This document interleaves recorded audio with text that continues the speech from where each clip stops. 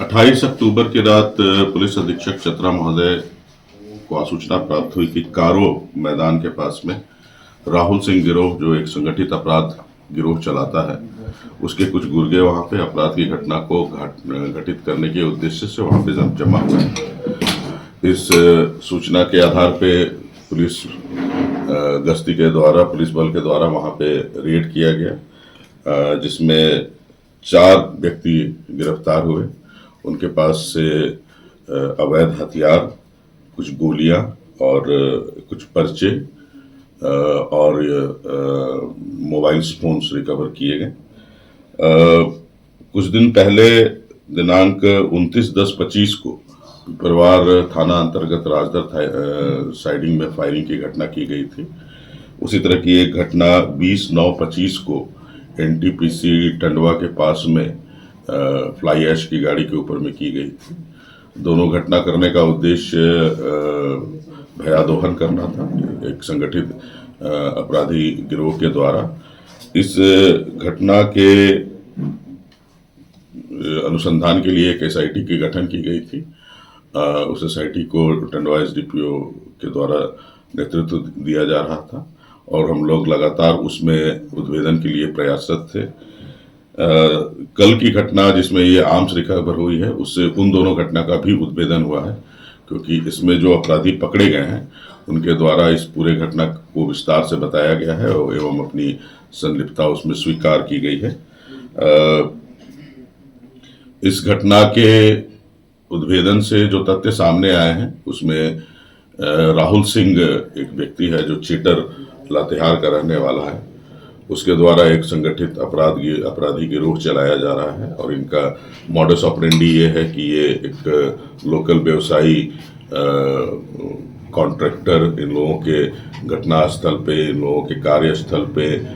Firing की घटना कराते हैं और फोन के माध्यम से धमकी देके उनसे रैंसम का डिमांड किया जाता है।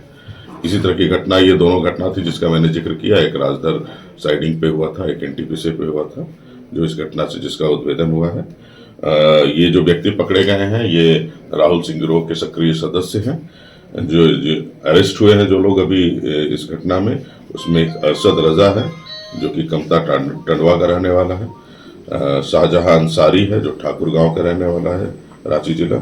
महफूज आलम है जो कल्याणपुर पिपरवार थाना चतरा जिला का रहने वाला है, गुलजार अंसारी है जो कि रांची जिला का रहने वाला है। इसमें से गिरफ्तार व्यक्तियों में से जो लोग हैं उन्होंने वहाँ पे कॉन्स्पिरेसी रची, वो वहाँ का सारा रेकी किया और उसके बाद फायरिंग की घटना को वहाँ पे इनके द्वारा की गई और इसके बाद इनके द्वारा भागने की और हथियार छुपाने की और खुद को छुटने का प्रयास करते रहा गया। इस घटना में जो इन लोगों से पूछताछ की गई है इसमें इनके अन्य गिरोह के सदस्यों का पता चला है और इन घटनाओं में भी जो अन्य लोग शामिल थे उनके बारे में पता चला है। उसमें से कई लोग हैं जो कि अभी वर्तमान में जेल में बंद हैं, कई लोग हैं जो कि फरार हैं। पुलिस सतत प्रयासरत है कि जल्दी से जल्दी जो फरार गिरोह के लोग हैं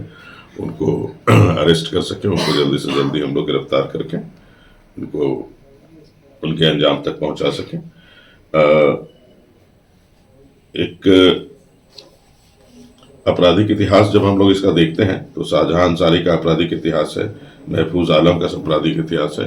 जो आर्म्स एक्ट और हत्या जैसे केसेस में पहले भी जेल जा चुके हैं।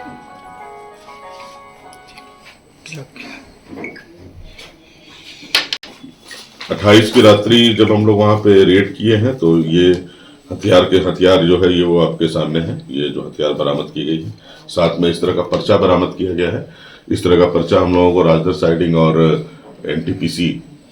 वहाँ पे जब फायरिंग की गई थी तो इस तरह का पर्चा वहाँ पे चिपकाया गया था। इस पर्चा में राहुल सिंह और आज़ाद सरकार का नाम आता है जो अपने आप को अमन साहू की गैंग के सदस्य बताते हैं और इस तरह के पर्चा को लगा के और फोन करके जो व्यवसायी हैं उनको डराना धमकाना और उनसे रंगदारी वसूल करना, ये इनका मुख्य कार्यशैली है, जिसका इस घटना के बाद हम लोगों ने उद्भेदन किया है और जो भी हमको जानकारी इन सारी चीज़ों से मिली है पुलिस उसमें हर तरह के टेक्निकल सपोर्ट के साथ में, या जो हमको जानकारी अन्य जिला में जो इस तरह की घटनाएं घटित हो रही हैं वहां से प्राप्त करते हुए हम लोग लगातार कोशिश कर रहे हैं कि जितने भी इसके अन्य सदस्य बाकी हैं, या जो सदस्य जो मेन इस अपराधी संगठन को चलाने वाला जो मेन सरगना है, उस तक हम लोग जल्दी पहुंच सके और जल्दी उसको गिरफ्तार कर सके। इन लोगों के द्वारा फायरिंग की घटना के बाद लेवी वसूली का सफलता इन लोगों को मिल पाई थी? नहीं, इस तरह की कोई सूचना हम लोगों को नहीं है, क्योंकि हम लोग लगातार ऐसे संपर्क में हैं जहां जहां घटना घटी है हमारे क्षेत्र में, और घटना के उपरांत उस क्षेत्र में समुचित सुरक्षा की व्यवस्था की गई है और लगातार उस क्षेत्र में इतनी चेकिंग की गई है, या इस तरह से जो भी आपराधिक तत्व है उनका सत्यापन करते हुए इस तरह से उनके यहाँ रेड किया गया है कि इस तरह की घटना जो है दोबारा नहीं हुई है। और यही जो लगातार हम लोग एक सीरीज में कोशिश करते रहे हैं, उसी का फलाफल है कि इन 4 गुरुओं का गिरफ्तारी किया जा सका है।